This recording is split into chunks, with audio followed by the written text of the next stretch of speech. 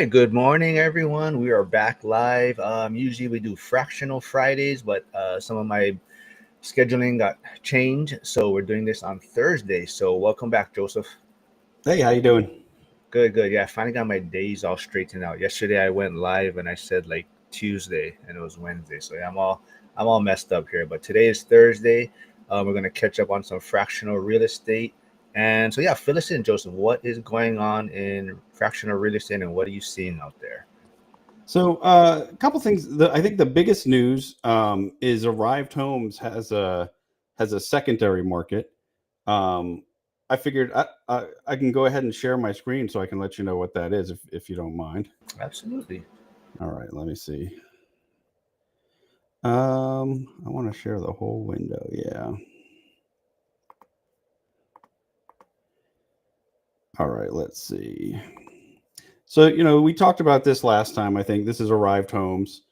I did the thing again where I can't actually see the screen I'm sharing. So let me know if it doesn't look like we're on Arrived Homes. But we talked a little bit about this. They're the biggest fractional real estate company out there, as far as I know at the moment. They've got about 500 homes listed. I've never been interested in their deals at all. Their stated returns, their yields are just so incredibly low relative to a lot of the other stuff out there. And it's because there's a lot of costs because they're trying to be, they're selling actual securities. They have a lot of compliance costs.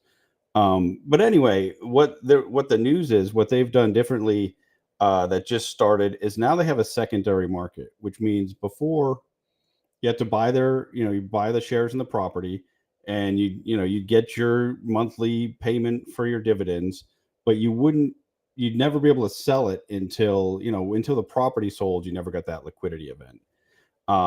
Well, now, 4 times a year, they're going to open it up so that you can sell on their secondary market. And they just have this little button here. And you can go and sell or buy shares on this secondary market, where, it gives the original investor some liquidity. But the reason I think this is exciting is now you can actually potentially find some real deals on here, because you can see people that are trying to sell out. I don't know. Is this too small? Can you see the negative percentages here? I mean, I'm sure someone can see. Depends if they're what they're watching on their Yeah, phone. Might be a little hard, but I but so just you watch. can see That like means this, watch the replay, everyone, on your desktop. right? And so like you can see like this top property. There are some shares, and we don't know how many. You have to click into here, and I don't like to do that when we're doing this because the little pop-ups don't seem to show. But some of the shares are listed at a 15% discount to Arrived Homes valuation, which is not not necessarily the true valuation, but you can see that there's the potential at least to start to get some discounts. Um, if you remember when I talk about Lofty a lot and how I don't think there's a lot of great properties on there, but there's a lot of opportunity because you are allowed to trade the shares with other people, and so basically by being a liquidity provider, you can sometimes get really good discounts on there. So far, I haven't seen fantastic discounts on Arrive, but this is the first week that they've had a secondary market. It's only open through tomorrow, so it'll be really interesting to see like where that goes. Um, so I think that's the biggest news in our space, at least right now. Um, I don't know. I think it's exciting. I don't know. Maybe I'm a little nerdy to get real excited about that, but I think that oh, what am I doing there? Maybe I'll leave this on here for right now. Uh, but yeah, that oh, one of the things though that really is frustrating, the secondary market is only open to people who are already invested on Arrive. Um, I told you at the beginning, I've never found anything on there I found particularly compelling, so I had not been an investor on Arrive until I found out the secondary market was opening. So I had to rush and go buy something, and I just picked a property, bought the minimum amount, spent $100, and so now I have one, but I have to wait 60 days to actually participate in this secondary marketplace. So I'm in the traditional, brick and mortar type real estate space, I would say. would you say like the fractional real estate space is kind of impacted, or people should be paying attention to like the same thing, like mortgage rates, the economy, like the news that comes out and jobs data? So or do those type of things are going to also impact like the fractional real estate side, you think? So it's really interesting. When you're buying fractional real estate, you're kind of getting to time travel, because I don't have to worry about what's the rate today. When I buy into this particular property, if it already has a mortgage on it, which a lot of these do, I'm getting it with the debt that's in place, right? So if it's if they bought this when rates were 3.5, that's my rate on this property. So it actually, I think it has a little bit smaller of an impact. Now, of course, it should affect valuations, right? If I'm looking at, well, what's this investment worth compared to something I could go buy somewhere else? You'd think that having that embedded low mortgage rate in some of these, older properties on here would mean that there's a little bit more value. I honestly think at the moment, people are not really digging deep enough into the financials on a lot of these deals to correctly price, the changes in rates and how they should affect, the fractional real estate in general. Now, I think obviously new properties being launched on the platform, it's going to have a big impact on those. But as far as, existing properties, you get whatever rate's already there, right? The mortgage is in place and you're just buying into the equity. And can you kind of maybe fill the audience, and also like who are we going to get on as a special guest in maybe 15 to 20 minutes? Absolutely. And so his name's Limas. He's the creator of Lofty Assist, which is this website. So I talk a lot about Lofty. This is one of the bigger platforms in the fractional real estate space. And so I'm just going to give you an example. So this is I think, what is this? 8 units. I own a little piece of this. Yeah, it's an 8-unit mixed use property. I'm right now looking at the Lofty website. When I look on here, this rental yield, this is the yield they're annualizing last month's yield. They're not giving me any other historic financial information on their site. If I dig into the documents, I can find P&Ls sometimes for certain lengths of time, but it's really hard to find out what these tokens actually have yielded by looking on Lofty's site. Well, Limas has been an investor on this platform, and like me, he actually wants to make good real estate investments, not just look at some pictures, look at what this yield is, and then make a decision based on that. So he started tracking this stuff. He created this website, mostly, I think, with that sort of thing in mind. Although now it's a really robust, like, you can look up any property on Lofty. You can look up a lot of different data on it. Most of the people that I know that take investing in Lofty seriously are using Lofty Assist more than you only go to Lofty to actually buy the tokens. You use Lofty Assist to really dig into the property itself, get the stats. But the thing I really like that he's doing, so, okay, you look at this property right now, it says rental yield 4%. This token typically trades a decent amount more than this. I actually bought some of these this week at like $46 or $47, which is a good time to say, just because I buy this stuff doesn't mean that you should, right? You got to do your own due diligence on all these properties. But people were selling this because they saw the 4% yield. Well, we had some expenses this month that were not typical, right? If you look on his platform, he's been tracking it, and he only started this platform 9 months ago, so he's only got data for 9 months. Lofty doesn't put it anywhere that it's like that he can pull it, right? And that's this has been my biggest complaint about Lofty since day one, is they don't provide historical financial data in any format that is easy to access, and really not at all on their website, only through the Dropbox. But so on here, I can look at this and say, okay, wait, this property over the 9 months it's been on the platform has had an average yield of 24%, right? I don't care that last month it traded at, it only made 4%. Like this is a much more important piece of data. And so I really think this was where he started. But you can see it's doing all kinds of other stuff too. this particular property, you know, because it's 8 units, you can go in here and see, okay, when are the leases going to expire? This is important because we want to make sure the property manager's on top of that. If we're not getting notices about renewals and whatnot, you know, it gives us the ability to really be on top of the property. You know, I don't want to speak too much for him either, but I think that we're going to see, you know, this is currently Lofty Assist in tracking this platform. I think we're going to see him be a data aggregator for multiple sites over time, right? He's kind of, you know, figured out what's important to us fractional real estate investors, figured out how to present that data in a way that makes it much easier for us to buy into deals. You know, he's added calculators. So for one of the things, you know, on Lofty in particular, but a lot of times it's tough to figure out, okay, when this property sells in real life, what's it going to be worth? Well, he's got a property calculator for that. He's got, you know, you can make some assumptions and mess around with your rental income. And, you know, he's added all these different things.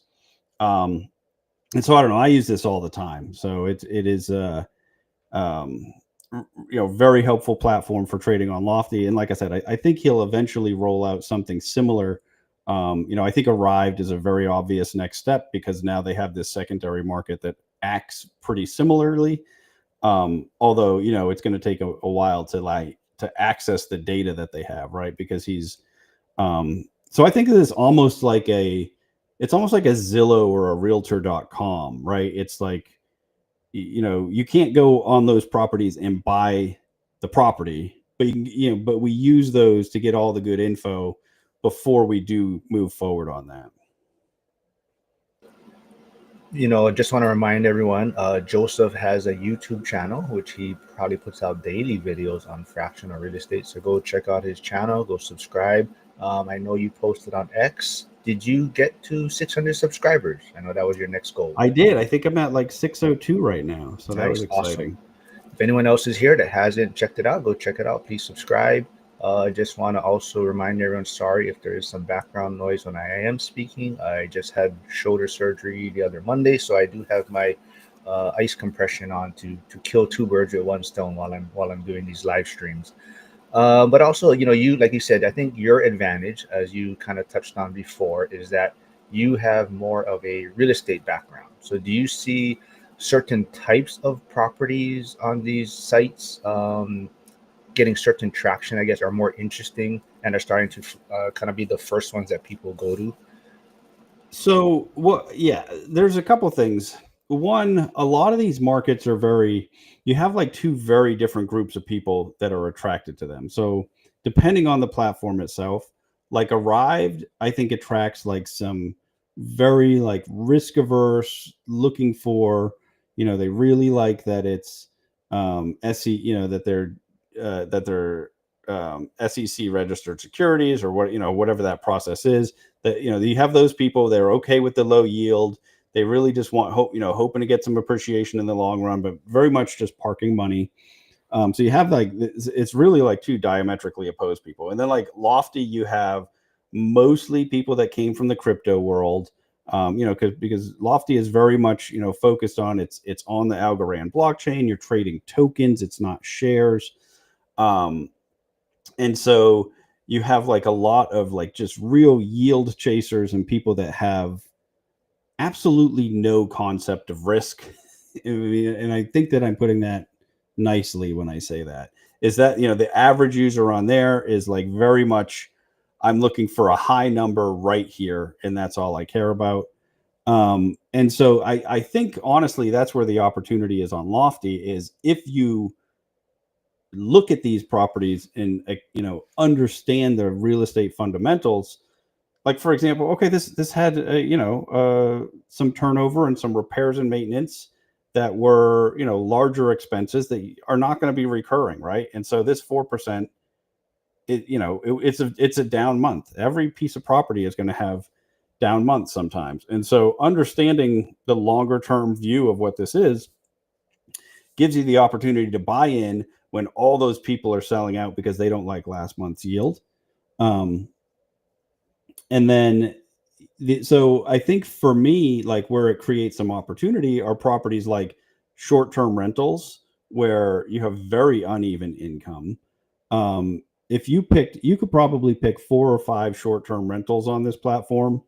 Have ones that have different seasonality, and just if that would be your whole strategy, is buy them in the off season, sell them in the high season, because we had low yield, everybody sells. They have high yield, everybody buys. And I know that sounds crazy to anybody who's like actually into real estate and understands this as a long-term investment, but at the moment it's the way the site behaves. I just want to say good morning to a lot of people tuning in right now. We have JLD Systems, Jeff from York, Pennsylvania. He's in the school community also. Charles McEwen's here. Big Val. A lot of school community people here today. We got JC tuning in. Joe V. As usual, Flavio from Grandview, Washington is tuning in. Let's see who else is here. I see All Nighter Hider is back. And we have Bill tuning in. He has changed his handle. He's trying to try something new. He said it was Harsh Reality to Fire, I believe. But now it's All Fire Up is his new handle. So thanks for tuning in. Let's see what else we got here. All Fire Up is thinking about doing YouTube. So let's quickly. Hey, Brett's here tuning in. What's up, man? Seen you too much recently. But Bill is, I guess he's thinking about starting YouTube, Joseph. And that's something new that you ventured into this year. What advice would you maybe give him?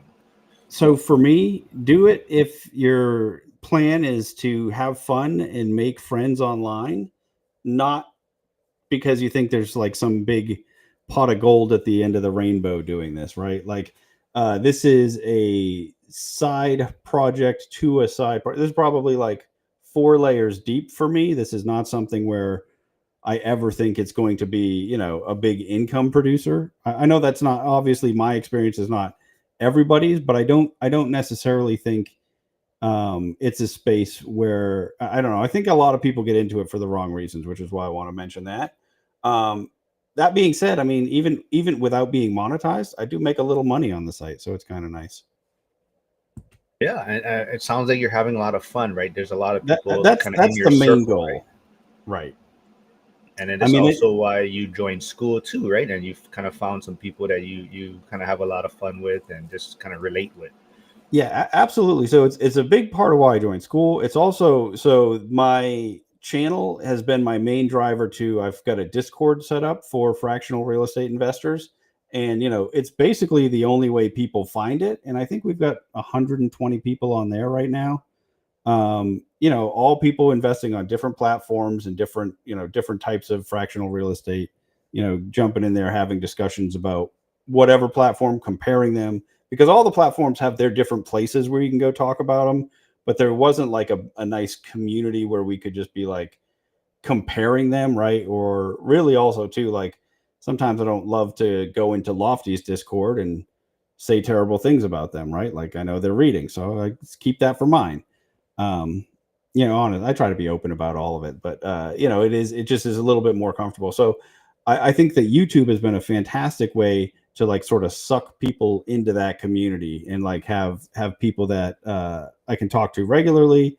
And then and even getting to do stuff like this. I mean, I just enjoy, right? I like talking about real estate in general. The fractional stuff has really been, borderline obsession for almost a year now. So having people that'll listen to me just talk about it every day is fun. Yeah, well, congratulations on getting to 600. I mean, that's no easy feat. Like you said, though, you're enjoying it. I think that's the biggest thing, right? As long as you're going to have fun with it, because it is about staying consistent on it, as I'm sure you notice, right? And that's why I see probably daily you put something out, right, on your channel. I try to put out one long video and one short every day. I've had a couple of days this year where I missed, but almost every single day, I'll do that. I'm going to have one day off this weekend because I'm going on a trip and I can't, unless I can figure out to record something ahead of time. I'm going to take Saturday off. But other than that, yeah, I'm trying to put out something every day. So like I said, everyone, there is Joseph's YouTube channel. So go please subscribe if you haven't yet. Go check it out. So yeah, we're talking about fractional real estate. In probably about maybe 10 minutes or so, we'll be expecting one of the founders of Lofty Assist on to kind of talk about that platform. And I think, go ahead. You have something to say? Yeah, well, I was just going to say, so he is a one-man show right now, so I don't want to over sell it. So he is the founder, CEO, CTO, COO, CMO, all that stuff. But yeah, so he'll be joining. I wanted to show you just one more thing that I just love about the platform that he's built. That like this, where this data isn't available anywhere else, and I'm really hoping that this gets rolled out to all the other ones. I think that I don't want to talk too nice about him once he gets on, so I want to share all the great stuff about it before he gets here. So he does this state of the marketplace where he's basically tracking data on every single property that's actively traded on there, meaning it has a liquidity pool. They have some properties on there that you can only do like these limit orders on, but those don't get tracked. But so like every day I pull this up to just see like, okay, are there more sells or buys on the platform, right? I thought it was real interesting to see like, okay, how much volume is actually taking place, right? It's one of the, it's a very thinly traded market. So really understanding that, you can see like, okay, I talked about on average, people lose money on here, right? Like you have to be very selective in picking good properties. This is the average token price right here, $33.49. Every property gets listed on the platform initially at $50. So on average, they've had like a 32%, somewhere around 32 or 30, somewhere around there, 32, 33% decline in price since they've been listed, right? Now, the opportunity for us as investors is, okay, well, I don't buy them at $50 typically. I'm buying the ones that are deeply discounted. Some as cheap as like I've bought some tokens for $8.50 that somebody originally paid $50 for. And then those particular ones I sold when they hit like 15 or something because I thought that was really their full value. But seeing this, all this, it makes it's sort of like creating, it's giving us all the tools that you sort of have on other types of investments, right? Like you can see how's the whole market moving on this platform, what's the trading volume look like. You can see on Lofty, I mean, they've just had a ton, there's way more people selling off than buying. I think there's a lot of reasons for that. They've had a lot of different little scandals. At this point, it's so far sold that I'm starting to find a lot of real deep value again. He's sharing stuff on like all the new users coming to the platform. Just, I don't know, all this info I think helps us to make more and more informed decisions on here. And so that's why, like I said, hopefully over time we start to see this same sort of thing developed for all the different fractional sites. I think Lofty made sense to start with because I mean their platform is just terrible at trying to really understand what the value of the property is. Which I do want to mention one other thing that I think is kind of funny, and I don't know.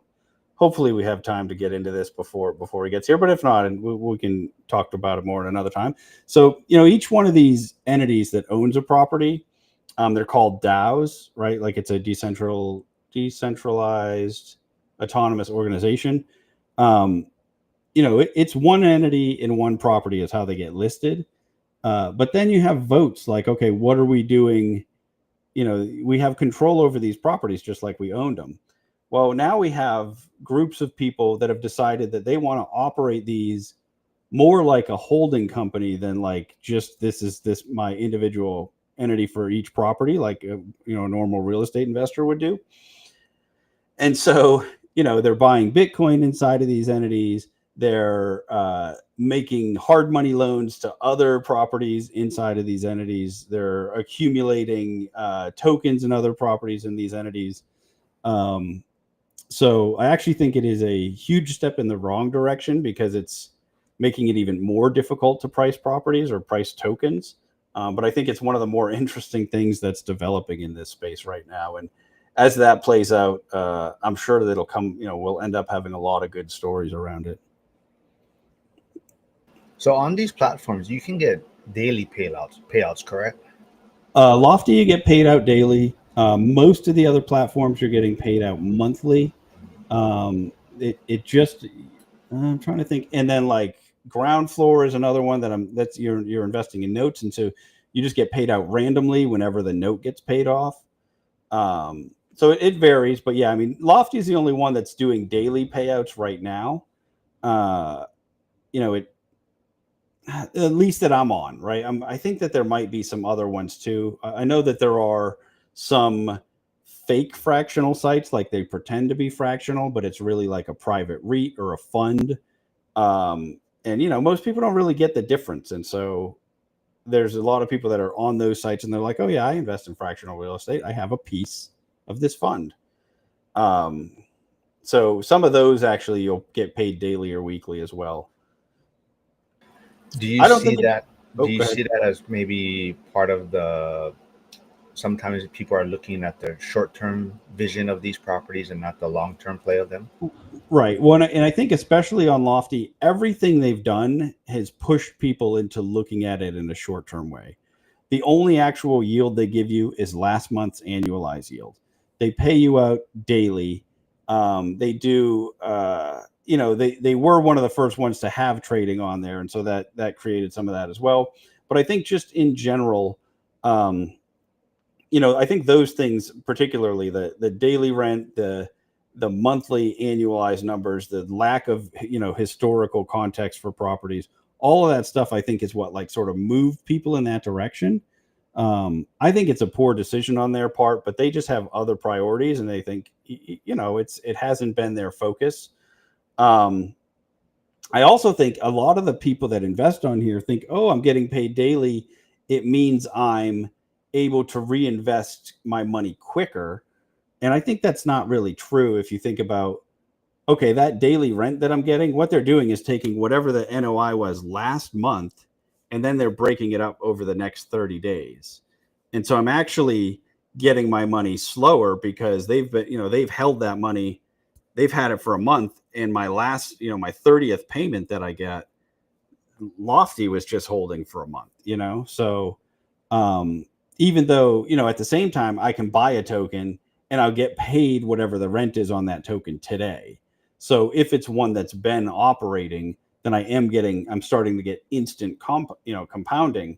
But I don't know. I don't think that the math of it doesn't really work the way some of the people think that it does when they talk about they get it. There's a bunch of people that are really excited about the daily payouts and like complain about monthly payouts on some of the other platforms. And I don't think that anybody that's good at math is really bothered by it. Got All Nighter Hider here saying he's played around with ground floor before. Maybe you can give a thumbs up, thumbs down, Hider. Jeff, JLD System says, he has another commitment. He's going to be taking off. So he says, have a great day.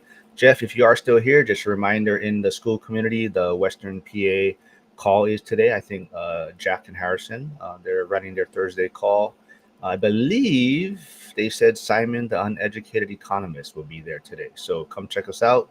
I see some people tuning in from Instagram.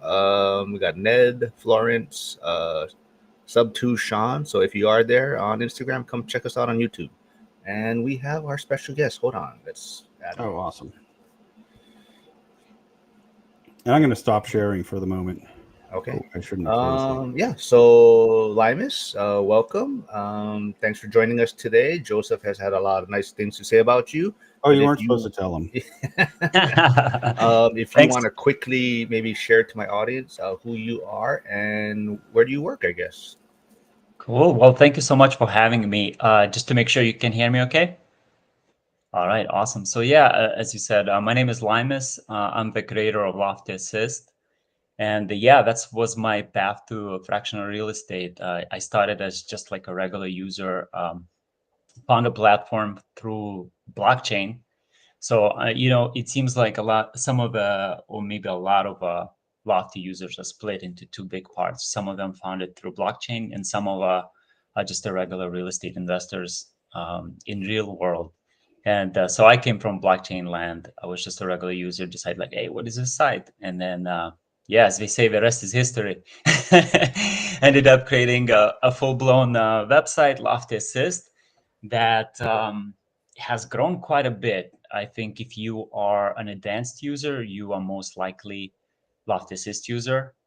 If you're advanced, like Lofty user, and if you have a lot invested in the platform, you are probably also a premium subscriber to Lofty Assist. So that's my quick background, and I can go into more details if Yeah. Hey, So you so, if want. oh, oh, you go mind if I ahead, just? go ahead, Joe. I was just Go going to ahead. say, just to give you a little context, Limus, I did show him the site before you got on. Oh, cool. Basically, just showed him how, for me, the most important thing you're doing is tracking historical yields. Something that I don't know. I don't know if that's the first thing you started doing, but I know you started doing it early and it was important. But just basically showed him some general things about the platform and explained like why I thought Lofty was a good starting point for it, right? Because their lack of info or the way they present it and whatnot. So just Yeah. wanted to share that, but sorry to cut you off, Mark. Yeah, and the way I started, I began as a regular user. I was like, oh, cool, there's all these properties. And then things would just change on the property, and I would have no way of knowing that it changed. And like there was suddenly yield would stop. And you see Joe this all the time in Discord on Lofty. They'll be, hey, what's going on in this property? I just noticed that I'm not being paid. Or suddenly you're getting paid much less. Like, well, why? Is it because there were some expenses? Did the rent decrease? All that stuff. So I had a really hard time as a starting out user to get a sense of what's going on with the property once I'm in. I think at that time I didn't do as good of a due diligence and research to care about the historical data. But then I realized once I started thinking, I was like, wait a minute, there is no even like the past record of what's going on. So those were and I guess those two things tied in very well into the first feature that people at Lofty really loved, and that was the latest updates feed. That shows you, hey, here's what, if something changes with a property, you will know right, or as soon as Lofty publishes it, you will know right away. And I don't know how you guys want to do it, but I can actually show some of those things. Yeah, absolutely. Just quickly though, maybe so like someone new to fractional real estate, like how would you simply explain to them what fractional real estate is all about? I would say that the way I would describe it to them, hey, it's very new, very risky. We're not sure where we'll end up, so don't go crazy. But the promise is there for you to be able to acquire real estate without having to go and see properties in real life, without having to manage properties yourself and figure out who's going to be the PM and what kind of updates you will do to it, and all the other headaches that come with it, without having to screen all the tenants if you're renting properties out. So the promise is there for a sort of this less friction to own real estate. And I would say that platforms differ in what they bring to their users, to the end users. So I would caution a new beginner that take your time. There's no need to rush. You will see there's a lot of that short of calling like FOMO in some of the communities. Like, oh my God, Mogul released this new property, and just people, you can see the way they talk about it even on Joe's Discord. It's like, hey, did you release a video? Yeah, did you release a video? I was like, as if it's the last property that will come on Mogul. It is not, yes, and it's good for those platforms, right? That you can see the sales on Mogul are going crazy. Like the properties are selling out very fast. But So we yeah, have Nick here. He's starting a YouTube channel. He's a real estate investor, but has kind of pivoted more towards the Bitcoin space. But there's his YouTube channel, Lead Pray Hold. So go please subscribe to him. He'll be back live streaming with me on Monday. But he says, "Hello, fellas. Getting off zero always important. Fractional real estate or Bitcoin. Buy hard assets." So I think your explanation of fractional real estate was great for maybe someone, if you were speaking with someone from the real estate background side and trying to explain to them what Lofty AI is. Now, if you were speaking to someone more in the crypto space, and then you were trying to explain to them why would they want to invest or use Lofty AI platform, how would you break it down to them what fractional real estate is? If you are coming from crypto world, I would say it's one of the few and first products that seems to be useful in how you can pay with your dollars on the blockchain. It's not, everything you heard before that about cryptocurrencies and blockchains was NFTs and lending or some sort of DeFi. It's always DeFi pools, harvesting, farming, on and on and on. But it's always about the wheel of lending, swapping, and things like that. And there's been numerous attempts, right, to find a real use case for blockchain. And this one ties in really well. So if let's say you're coming from crypto background and you have your favorite blockchain, I would say, yeah, this is your way to support your blockchain. So this is a way to maybe even say, hey, look, here's something that's useful that's built on the blockchain. And is it a critical part of it? Like, could Lofty exist without the blockchain? Sure. But I think being in a blockchain opens up a lot of different aspects to it. Like Joe knows, right? The wallets being open, being visible, seeing all the cash flowing. So you're not at the mercy of the platform owner to tell you what's going on with the platform. We extremely do have a question from Instagram. I'm trying to. It says, "How is this different than fractional, who raise capital and also you can co-own properties, or is it similar?" So I think they're asking about fractional.app, which is another fractional real estate site. They are, I don't really talk about them much. I was in there, a fractional accelerate, where I could see every single deal they had on.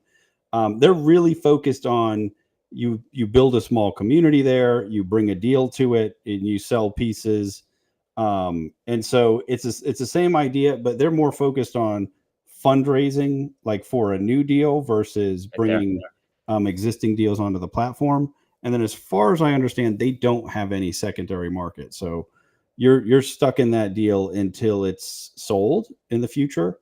I spent a lot of time going through deals on there, and I've never seen anything I thought was particularly exciting. And this is true. I mean, I go to a lot of different platforms and I say this. There was one flipper on there who I think offered a real good deal, but then I never saw him come back. He probably realized I paid people too much. But I think that they end up getting like a lot of these sort of weird businesses. They get laundromats. They get, just stuff that is hard to raise money for somewhere else. They have a lot of like real estate related income type deals. I honestly think it has more people that I think I would not want to put my money with than many of the other platforms. But that's just my personal opinion. All right. Let's see. Hyder. Mark, yeah, that's Hyder's question about the blockchain being perfect for the voting accountability. Yep. Again, you see the promise of the blockchain, right? That's what it was all about: the transparency, the visibility, and actually, you do get that. That it does get it. Now, does it solve the problems of community making decisions about the properties? It doesn't end there. Just because the voting is on the blockchain, just because you can see how the votes progress and what the outcome is. Again, I agree with you. That's great. That's the visibility we get. And again, we're not at the mercy of, let's say, Lofty to show us what the results are. And actually, we had a couple instances on Lofty AI where voting came out, results came out, and people were so confused. Like, how can the community reach this particular vote? Let's go double check the votes.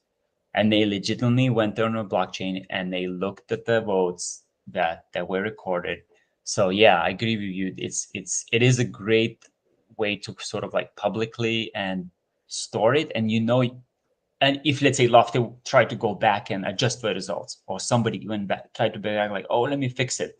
and fix the results, you would know about it because it's on the blockchain. So yes, yeah, it's definitely there, but the problem still of crowds exist.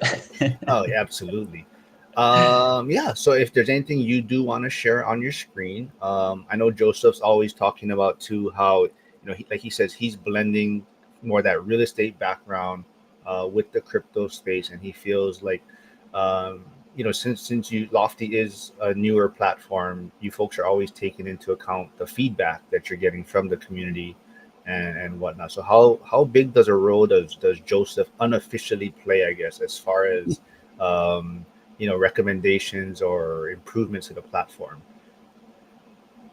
Well, me personally, a huge role. I can show you some of the properties. So you can see my screen? Yes. Cool. So I'm just showing the Bare Bones website. I created a demo account so we don't have to expose any data. But when you start out, it's basically a blank slate with some filler content so that you see you have something nice to start off. You can decide to browse properties and see what's happening, like what's available, do some sort of sorting that's available on them. But this is very rudimentary, nothing too crazy.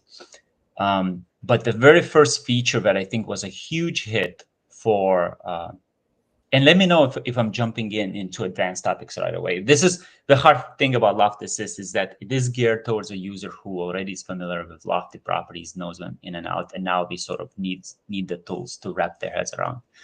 But just to give you the first feature that was a big hit was this updates stream. And what it is imagine there's 170 properties on the platform. And just to keep it all like track in your head, for example, would be really hard. Do it manually. That's what a lot of people seem to have been doing before Lofty Assist arrived, and some of them are still doing it. There's definitely an option. You can go on the website and sort of like record yourself different values about the properties. But what Lofty Assist does for you, essentially daily tells you if anything changed with properties. And if you own them, they're actually going to be shown differently. So for example, in this case, this Fairland Drive property, the owner uploaded mortgage statement. They had some repairs documentation. So you already get in a sense like, okay, there's some repairs that happen. You might not have seen that. You might have not known that. If let's say you're a regular Lofty user, you're just hanging around, you go into work, you do your work, you have no idea this is just really happened. Like, wait, repairs? What repairs? But now, you know right away something was going on. You can start digging in. If there is P&L statements coming in, sometimes you know about them ahead of like the masses, or before it's announced, or before anything is filed so you get And P&L. this is huge. I don't want to. Sorry to jump in, but Interrupt I think all that's a big deal. If you can get ahead of some of that income info or some of the expense info, it gives you the opportunity to trade before the token price adjusts to this stuff. And this is why I love this platform. Yeah, and actually files. I think initially when I did it, I only was tracking things like. Well, right now it's all files. Oh, here we go. There's some metrics that change about the properties. Those are the first ones I focused on. And actually, files was one of the first Joe's suggestions. It's like, hey, there's these documents that come in. We should know about that early on. So that's what I did. But my initial thing was like very important. Like, let's say yield. If somebody it's going from 0 to now 4.72% yield, then you can start digging in. Like, wait, what's going on in this property? And you can see a little property update going on. I even show you if a modified description, and that has been sometimes useful. If Lofty modifies description, like remove certain like rental credit, it's gonna go away. So a lot of times this is where it's like, oh, rental credit will go away, or like there's rental credit updates to it. This happens in the description, so people know right away. Income per token right now jumped in, and again you have a file that came in. So it's very, very useful. There's governance rules that come out. Again, sometimes there are days where there's tons of governance rules going on. You might, your inbox is cluttered, or you might not see it, or you might not have arrived to you yet because it is a mail routing system. Or Lofty So just you stopped sending you emails. That happens. so so you end up you can actually see what was this one was some vote. Okay, what did the vote talk about? I think Joe mentioned, I listened to your stream a little bit just before joining. Joe was talking about how one of the DAOs is trying to become a holder of a bunch of other assets. So this is the voting outcome that where they're discussing this idea. So this was number one hit, the first one that a lot of people loved, and I think Loftus took off from there. And then the second thing, I think, again, this is going to be a lot of numbers, can be a little bit overwhelming, but I think that advanced users like this. Each property, I try to put everything in as much places as is. Try to give you as much information as possible without completely overwhelming you and make it useful and usable. But you essentially get everything here. For me personally, I still love this percentage amount. And then you look at properties real quick. I want to know, it's like, hey, management fee. Okay, yeah, that's reasonable. Sometimes I see we actually have caught many mistakes where this management fee was incorrectly tripled, doubled, sometimes by accident, sometimes miscommunication. But in one glance, you're like, boop, there it is. The yield information, this one, like cap rate, is being calculated on actual data, historical data. So one of the things that Lofty doesn't have is historical data tracking at all, and it's very hard. So a lot of times you look at the property, it's like, oh my God, this is amazing property. But then you actually look at it's a short-term sort of gain going on due to, let's say, debt. This loan tracking, again, it's very kind of hidden information, not really hidden on the Lofty website. But here I'm tracking how much loans do you have, what's the loan APR, what's the monthly mortgage statement, what was the last time they have uploaded the statement for you as an end user. And funny enough, not sure, Joe, if you noticed, but for me, I was thinking about it this morning, how outdated documentation is usually a good sign how poorly the property will do. Right. Well, before you added this and before you started paying attention, there were properties on there, and I mean, there might still be some, but it was common to have a property that hadn't uploaded a mortgage statement in 6 or 8 months. If I'm a co-owner in a property, I want to know that mortgage is paid, and they just weren't doing it. And now is an easy way to check that. Yeah, and that was one of the first things that I did, I think, in for the Lofty community. I remember creating a report that was like mortgage report, and we showed all the properties that had out of date mortgages, and just going to the different Discord channels and being like, hey, would you mind uploading the latest mortgage statement? Would you mind? And right now I will say, like, since then they've been doing a much better job. Right. And I guess it makes sense, right? Because if this information is not exposed, nobody sees it. All right, well, why do I do the work? But now actually people bring it up, see it, and if it does get out of date, you will see some notification here. This is really outdated and things like that. So well brought up. Would you say like this platform is designed more for like passive users or for someone to kind of optimize their use of Lofty, I guess, in a sense? So is it for someone that's really wants to be more of a hands-off person, or is this for someone that really wants to optimize and track data trends, like a data nerd kind of person? Lofty Assist is definitely for the non-passive. The Lofty Assist can help you with just say like, hey, I have $5,000, tell me where to put it. Lofty Assist cannot help you like, hey, I have $100,000 worth of properties. I hope they are okay. And what it does is, if let's say you do want to be serious and you want to invest a little bit more than like $50, $1,000, $10,000, there's accounts of more money invested. Then what it does is it allows you to quickly get a sense of what's going on with your properties. So it's almost like if you really wanted to be, if you are an advanced user, you like to be hands-on, but you don't want to spend hours and hours and hours. This platform is for you. You want to get you want to get data, you want to get historical data, you want to get heads up when things change, notifications, price alerts. You want to know what's going on with your property, and quickly. That's a platform for you. And I just wanted to jump in, Mark, and say Lofty itself is not a good platform for passive users. Some of the fractional sites are. It is the platform where you have to be most on top of due diligence and really active in driving the direction of the property, right? And so that's one of the reasons that I think it made a lot of sense to do a product like this for Lofty first, because probably 90% of the users on Lofty are, in my view, not doing the proper due diligence and asset management that they should be on what they have on there. Because a lot of them got to the platform and they really were promised, despite what the messaging might say today, I think they really were promised more of a passive, like, hey, just buy this, hold it, not really do much. So I don't really fault a lot of the users for that. But at this point in time, they should realize, okay, that's not what this is. I need to monitor my properties. I need to be making good decisions.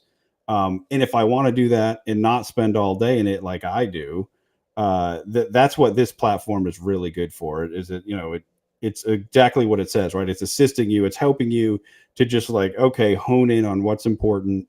You can curate your own portfolio on here. So you're just looking at your properties if you want to do that, asset management wise. But I just wanted to make sure it's clear. I don't think anybody should be passive on Lofty at all. It's, if you want to do that in fractional real estate, you can certainly do it. You still got to do your due diligence on the front end, but you can buy a mogul property and you're not giving them any input into the future. The same thing for Arrived and Arc 7. But Lofty is not that, right? It is the most actively managed fractional real estate. Yeah. And Joe, you mentioned you can create your properties. That's a good actually example. And if there's any viewers that are blockchain friendly, they will enjoy this. So this is example of a how Lofty being on a blockchain is helpful for outside party like Lofty Assist. All your properties are stored on these things called wallets. And right here, I just grabbed one of the most recent one of the recent wallets. I don't know who this person is. I'm not identifying them. I'm not disclosing who they are. But this information is available publicly. It's on the blockchain. So somebody created this wallet. And let's pretend I was the one who created this wallet. So it's my account. I started fresh with Lofty Assist. And this address looks complete gibberish to a regular, let's say, user who's not blockchain agnostic, blockchain friendly, or knows what's going on. Lofty users know this wallet address. And what you can do, for example, with Lofty Assist, you can kick off a scan of this wallet. And it should quickly tell you what sort of assets in this wallet exist. So that's funny. We were looking at this property, and actually they have 20 shares of this property purchased. But anyway, so for example, you can say, okay, I want this. Oh, sorry, this problem. I want these properties now to be tracked on Lofty Assist. So I sync up, and now when I go to my dashboard, you no longer get this blank view, but instead you get this, hey, you're owning this five shares of this Ridgetop at $22. It's actually a very good price. This Dickens Avenue, 10 shares at $52, and on and on. And now your update stream changes. So you see how one is highlighted. So it's like one of your properties have a change today. So very quickly you can click on that, and you will actually get highlighted just your property. So that allows you to sort of, that's what we're talking about. And we say it's very easy to stay up to date. And actually, the system will email you nightly if something changed. Let's say you don't even want to go on a website and you just want to get a daily report if something changed. And if nothing changed, you'll get zero. Nobody's going to bother you. But this is where it's useful. And this kind of shows the power of blockchain a little bit, right? Because Lofty doesn't expose APIs that for third parties But here I can bring a third party that assists me in making my investment decisions, and I can do that because I'm on a blockchain. And yeah, so basically now Loft Assist will keep track of these properties for you, and you can you will see what your yield is going on, what the current yield, what the historical yield. Was a big feature that Lofty users enjoyed and enjoy, showing you a historical yield. So to say right now it's 1.66, you might ignore this property if you were doing research and you're yield chasing. But you can also look, hey, historically this is yielding really well. So then you can dig in a little bit more and see what's going on, what happened. And it's a little bit difficult to do that digging in part on Lofty, but on Lofty Assist, you can see the chart of a yield. Hey, for almost a year, it's been doing about 15%, and now it's dropped off. You can start like, okay, OR balance went down, cash flow. Okay, so something happened with income. And then you can look at the updates of the property. And there is usually explanations what's going on. And if you are short on time on reading, which a lot of people love this AI summary of updates. And actually, if I find a new property, that's the first thing I do, is just like, give me a quick overview what's going on in this property. And then I can decide if I want to do a deep dive. So that, AI summarized it like, hey, there was tenant changes, major repairs, replacements. Okay. So now you get a sense it's just normal property lifestyle. Okay. You can even get like a occupancy timeline, if there was any votes. And that's also very important to get a sense of like, hey, if property has a ton of votes and things like that going on, there's a lot of volatility in the property. But if you see like a normal regular vote, there's like OR reimbursements and things like that. It's like, okay, it's all good. And then it gives you a little conclusion that you can then use to decide if to jump in deeper or not. But yeah, there's a bunch of other features that, I don't want to take up all of your time here, but we're talking. No, I mean, this is for you, man. I mean, so if you have any special features or new features or what you're working on that maybe you want to share, go ahead.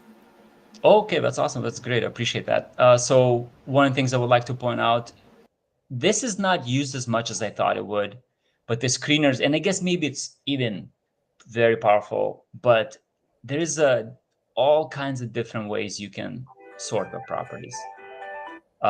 That's really helpful to me. Then I do my due diligence. So for example, like Joe was saying earlier, a lot of properties start at $50, but then they drop off. Sometimes I will hunt for discounts. I'll say, you know what, let me see what's selling for $30 or less. And okay, so now this 170 list got narrowed down to 76. Then I could be, all right, let's make sure that the last 9 months yield was greater than 5%. So let's see what it would. Okay, now we're down to 6 properties. All right, let's see, is there some discounts to be had? And it's sort of like now this 170 property list got narrowed down to 6. And 6 is much more manageable for me to go through and sort of dive in. So the screeners is a big area where I use, and I see some power users use, but not as much as I thought people would use. And maybe it's because it requires effort, things like that. Another thing that I've been adding a lot is this one was pretty cool, new feature, properties map. And I think that one doesn't exist on Lofty. But this shows you all the properties where they exist on Lofty today. So that's why you see all markets, all types, all properties. But then you can only look at your properties, zoom in. So these 3 properties that I just bought, you're like, okay, yeah, this is where they are. I've heard users say that there is some natural disaster events, unfortunately, once in a while. There was one recently in St. Louis, the tornado went through. There's quite a few properties on Lofty that are in this area. So people were like asking for a map, and I was like, oh yeah, that'd be really good, and quickly put this together. And right now, if I go back to all properties, and there it is. Here's all the St. Louis properties that exist, and you sort of can get a sense like, oh, should I worry or not about what's going on ahead of time before anybody else mentions. And also geographic diversification is useful. You can see like, okay, what do I have? Oh, okay, I'm here. I'm in the South. Maybe I want to see if there is anything in New York or Denver, things like that, so I can dive in. That was one. Another one that uh, I believe you talked about this one, Joe. I'm assuming. A little bit, yes. Yeah. So this one again, it's again, probably once you get going and you have a lot invested and you really want to stay on top of the platform, this one for me is very useful. The things I look at is definitely this one, market buy sell pressure, and then the USDC liquidity impulse. So this is clearly, I'm sure, Mark, you have heard a lot about Lofty ongoing issues. And here is the proof. Like if you want to see numbers, the impact of those issues on the platform, you know, $500,000 is not a lot of money for a lot of, enterprises and things like that. But for the small community where a pool at one point, there was, I want to say how much, 30 million worth of equity kind of locked up. And there was 500,000 of cash in it. And like see 20% of that just leave is like a good sign, like, hey, there's a big problem. So hopefully Lofty is paying attention to this and the damage that they can see the damage that a few bad actors can have on users' confidence and liquidity on the platform.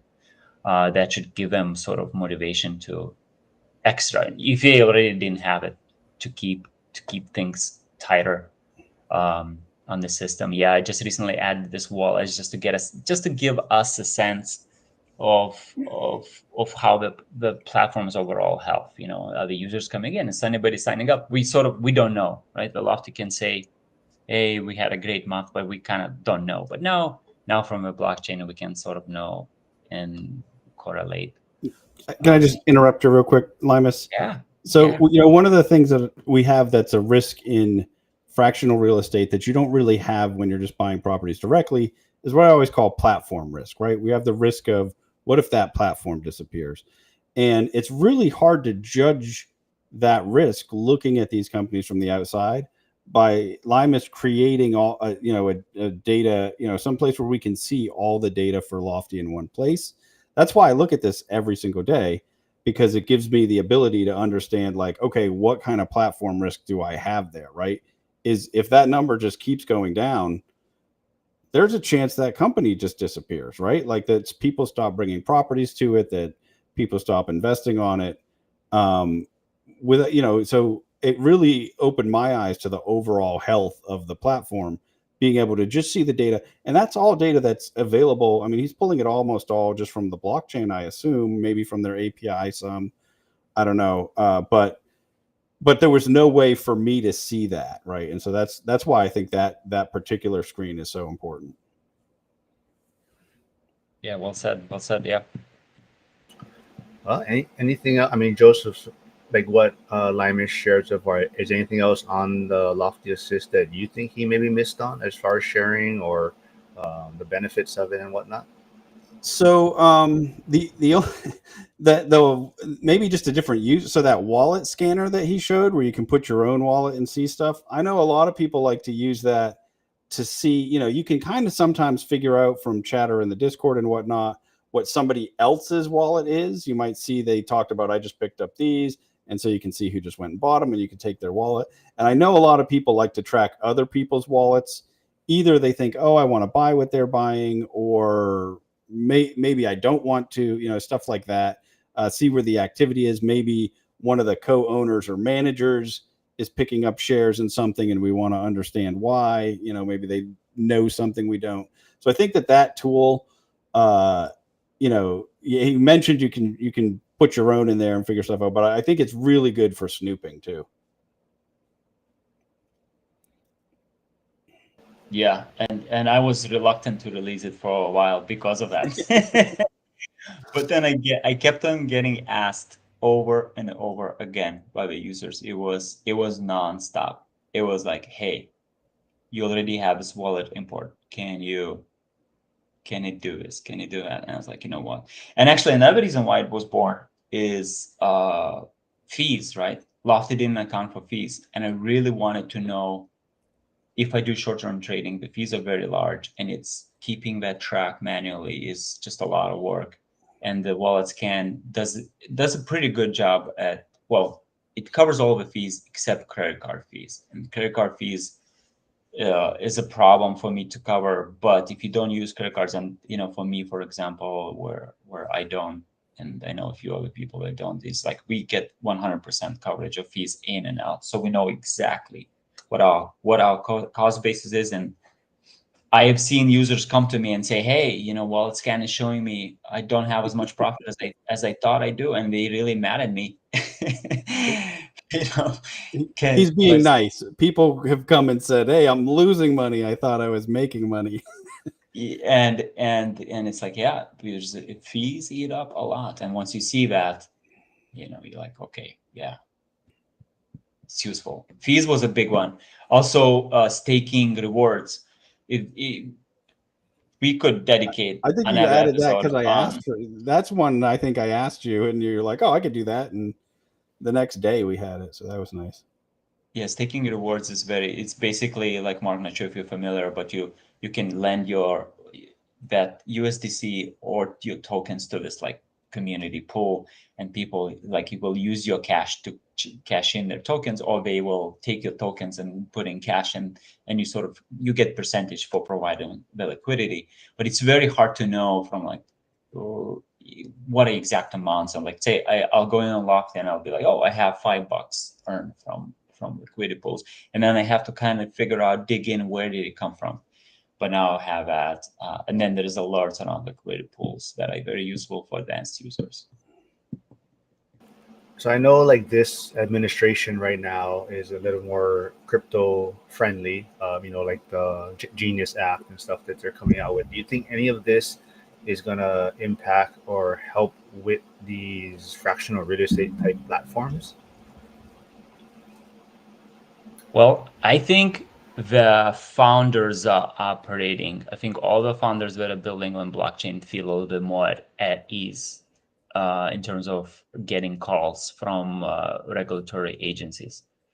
I think that's the impact. I think number one that it will have it. Now, this could be temporary or like, yeah, it's really hard to say the immediate, the long-term impact. But I think the immediate impact is, I definitely hear chatter of founders just being a little bit more at ease, and a little bit more where previously they would not considering certain features on the blockchain, they now consider like, hey, maybe we should go back and dedicate some resources in building this out.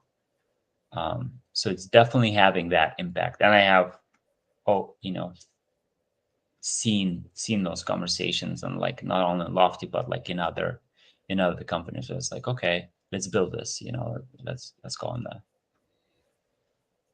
So I think, Joseph, you're probably the very active in this space. Like we have the One Rental at a Time event coming up in February in Vegas.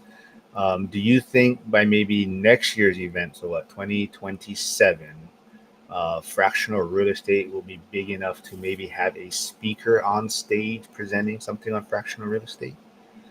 I would think so. I mean, if you just see like how fast Mogul is growing, for example, I mean, they put a property out last week. They were raising $332,000, which is a pretty big raise on their site. It's just the equity piece for the property, and it sold out. They do like a pre-launch that it sends it to existing users, and then they do that for a day or two, and then they have it on their platform publicly, and it sold out within 24 hours of being on the platform publicly. So like really within 3 days, they raised, $332,000, which, for real estate investors in general, that's not a ton of money for a down payment for a bigger property. But in this community, like, you'll see some platforms take 6 months to raise that much, and they're putting out a property every week. And because they're bringing really quality properties, again, in my opinion, do your own due diligence, but because they're doing that, it's just really shown like how fast you can grow if you're bringing the right product and doing a good job with it. So I think that, I mean, they're growing fast. Even though Sol's Lot's been a little slow, I think their business model has, I think they're going to really explode over time. And then just more and more, Arrived has been, I mean, they have 500 plus homes. It's a big, it's a pretty big portfolio. So yeah, I think a couple more years, you're just see, and the number of people who I've talked to that are thinking about building in this space, I mean, there's just tons and tons of people. You mentioned about like, well, is there going to be a difference from this administration? I've talked to a lot of people who see Lofty, who see a lot of the promise in what they're building, but see a lot of the mistakes that they've made and thought, I want to build a competitor. And a lot of them have, when they get to, okay, the regulatory issues around it, they get worried, right? Like they think maybe that's the reason that there's not a lot of competitors, even though that that particular setup, that business model, it seems like a great model, but it seems like it's not being executed great. And I think that a lot of competent people looking at building that have been scared about the regulation piece. And I think that I'm hoping that difference in the way that that crypto is looked at in general and whatnot is going to create even more people building in the space. So yeah, I mean, I could imagine. I think sometime, and I don't know about 2 years from now, but 10 years from now, I think 50% of real estate investors are going to start with fractional real estate. I think they're going to buy it fractionally before they buy a property in real life. Not including homeowners, right? But like people that are actual real estate investors. Like I think because you learn so much, the barrier to entry so low. I don't need any debt in my name. I can do it with, a couple $1,000 and really get a portfolio. I don't see why it doesn't just keep growing as long as it doesn't get regulated out of existence. Yeah. I like that. Well, maybe we can make that push then. We'll make that push to get Joseph and Limas on stage in a few years. If as Zuber, long as my couch can fit up there. Yeah, Oh, I was that's gonna what I was say, gonna say. it's gonna need to be like one of those sit-down panels. There's no recliner, man. You got to be on stage speaking. Right. But Hyder does have a question. He says, when Joseph says mogul, is he talking Realty Mogul? He's been with Realty Mogul about 5 years now. It's mogul.club. They are Realty Mogul is not like truly a fractional platform. They might be. If you're an accredited investor, you can get like into a syndication through them, I believe. I'm not even positive, but their like main product is a REIT product. But mogul.club is a true fractional real estate investing platform. You're buying into individual properties. They're almost all pad splits and short-term rentals. And it's two guys from Goldman Sachs that worked in their private equity, like buying the same types of deals for a Goldman Sachs fund or some sort of money pool. And that sounded perfect, right? But then just took that same education and we're like, we're going to just do this ourselves. And that's why their average deal just makes so I have, I think, I don't know how many properties with them now, maybe 13 or 14. And my average cash on cash return with them is over 10%. And I'm doing nothing, right? Like, it's not, it's completely passive once you do your due diligence and pick the property. Yeah, I think for the time being, Joe, would you say that Mogul is like the one where passive, if you're gonna be passive, that's probably the platform where you can be passive. I mean, there's not much you can actually do, but yeah, absolutely. I mean, Arrived is the same, right? Like you can be completely passive, but Mogul is the place where you can get real returns, and be completely passive. Arrived, you staying passive and you'll get like really passive returns. Exactly. Yeah, that's true. Yeah, I just hope they don't screw it up because they're definitely my favorite at the moment. Yeah, I think you have a very good approach of sort of keeping an eye on like how is their progress going to be, quality of deals. Is it going to start wearing off or is it going to stay on target? Are they going to continue to do proper due diligence on their end? No funny games with photos, no funny games with appraisals, no funny games with things like that. Right. Yeah. So yeah, I want to remind everyone, Joseph does have a growing YouTube channel, so though please subscribe. He puts more daily content out about fractional real estate. Hyder does say yes, Realty Mogul is a REIT with a tight exit. I believe somewhere, yeah, before this, he did mention something about being stuck with Realty Mogul on an exit right now. And if Limus has any, oh, hold on, let me share this here. And Limus said you can go to loftyassist.com. If you have any questions, you always can reach out to Joseph also. Like I said, we'll probably be doing the fractional real estate every few weeks. We was calling it Fractional Friday. We did just have to move it to Thursday today. I have another appointment tomorrow. Limus, hope you had a lot of fun doing this. Hopefully you can come back on again. I definitely did. Thank you so much. Yeah. Any final words from you guys? No, thank you so much for having. This was a pleasure. Yeah, a lot of fun again, Mark. I appreciate it. And let's talk about for next time. Remind me, I got somebody else I want to try to bring on and we can talk about. Absolutely. So yeah, maybe in a few weeks we'll be back on. If not, in the meantime, like I said, go subscribe to Joseph's channel. More daily content, fractional real estate. Looks like Hyder put the school community link. If you want to join the school community, come check it out. As mentioned, the one rental at a time event tickets are on sale for Vegas in February, so go check that out. They may sell out quick once everyone hears that Pace Morby is speaking. And once his community finds out, those tickets may go fast. So I highly recommend getting your tickets now. Jason Hartman will also be one of the keynote speakers. And everyone, thanks for tuning in. I'll be back tomorrow with Ray and John Litz talking about short-term rentals. So everyone have a good day, and I will see you folks.